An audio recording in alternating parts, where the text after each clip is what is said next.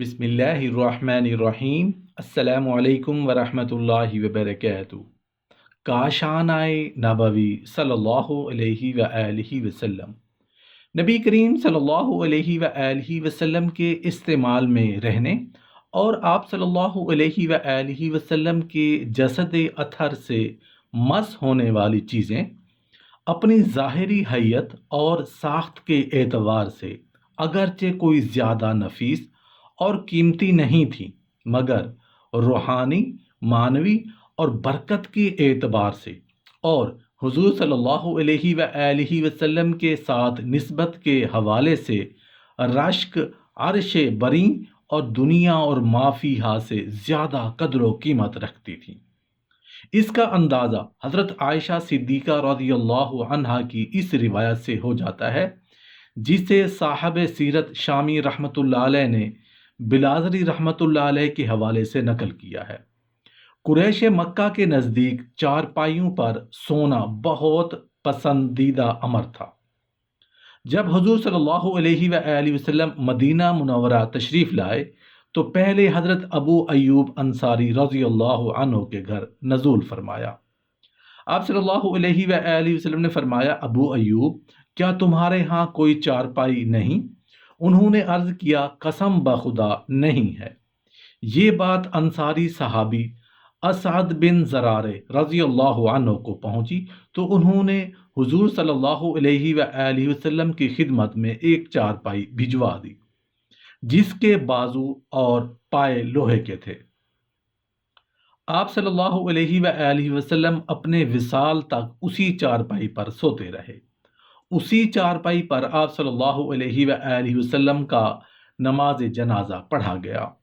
آپ صلی اللہ علیہ وآلہ وسلم کے وصال کے بعد اہل مدین حصول برکت کے لیے اسی چارپائی پر اپنے مردوں کو اٹھاتے تھے، حتیٰ کہ حضرت صدیق اکبر اور عمر فاروق رضی اللہ عنہ کا جنازہ بھی اسی چارپائی پر اٹھایا گیا۔ نبی کریم صلی اللہ علیہ وآلہ وسلم کے گھروں میں عام طور پر موجود ساز و سامان اور استعمال کی ضروری چیزوں کی ایک اجمالی فہرست پیش کیے دیتے ہیں۔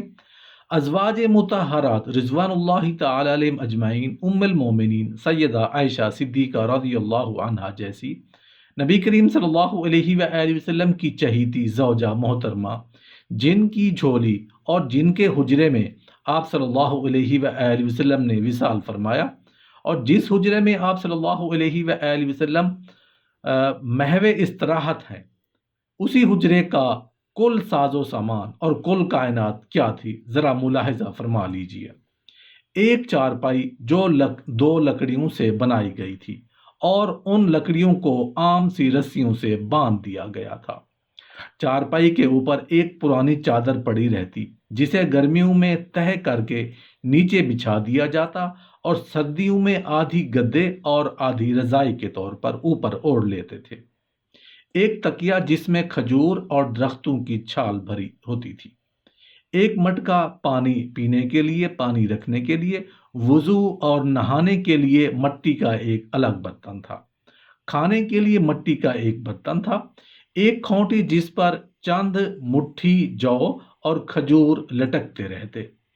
جو پیسنے کے واسطے ایک چکی بھی موجود تھی۔ یہ تھا کاشانۂ نبوی صلی اللہ علیہ وآلہ وسلم، دولت کا دائے رسول صلی اللہ علیہ وآلہ وسلم، محبت وحی اور فرشتوں کا جائے نزول، اور یہ تھا صابر و کانے پیغمبر احمد مجتبی محمد مصطفیٰ رحمت کائنات دو عالم صلی اللہ علیہ وآلہ وسلم کا دنیا میں حصہ۔ رہے پانی کے سوٹ پہننے کے سوٹ تو سوائے روئی کے ایک آدھ قمیض، ایک آدھ چادر اور ایک آدھ عمامہ کہ کوئی فالتو کپڑا ہی نہیں تھا جسے سوٹ کیسوں میں رکھنے کی نوبت آتی، جسے بالا خانوں میں آپ صلی اللہ علیہ وآلہ وسلم نے ایلا کے زمانے میں قیام فرمایا تھا۔ ایک مرتبہ فاروق اعظم رضی اللہ عنہ حاضر ہوئے تو سرکار کائنات صلی اللہ علیہ وآلہ وسلم کے مدرجہ بالا قسم کے انتہائی مختصر ساز و سامان اور چٹائی، جس کے نشان جسم نبی صلی اللہ علیہ وآلہ وسلم پر پڑ چکے تھے، کو دیکھ کر ان کی آنکھوں میں آنسو آ گئے۔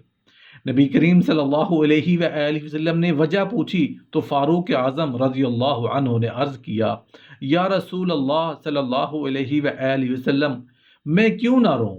اور آن حال یہ کہ اس چٹائی نے آپ صلی اللہ علیہ وآلہ وسلم کے جس نازنین پر نشان ڈال دیے ہیں، اور یہ آپ صلی اللہ علیہ وآلہ وسلم کا کل خزانہ ہے جو میری آنکھوں کے سامنے ہے، جبکہ کیسر و کسریٰ مال و دولت، باغات اور نہروں کے مزے لے رہے ہیں، اور آپ صلی اللہ علیہ وآلہ وسلم کا یہ حال ہے، حالانکہ آپ صلی اللہ علیہ وآلہ وسلم اللہ کے فرزیادہ اور اللہ کے محبوب ہیں۔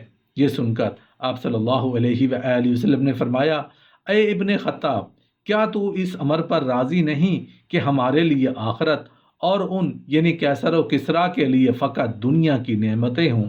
تو حضرت عمر فاروق رضی اللہ عنہ نے عرض کیا، کیوں نہیں یا رسول اللہ صلی اللہ علیہ وآلہ وسلم۔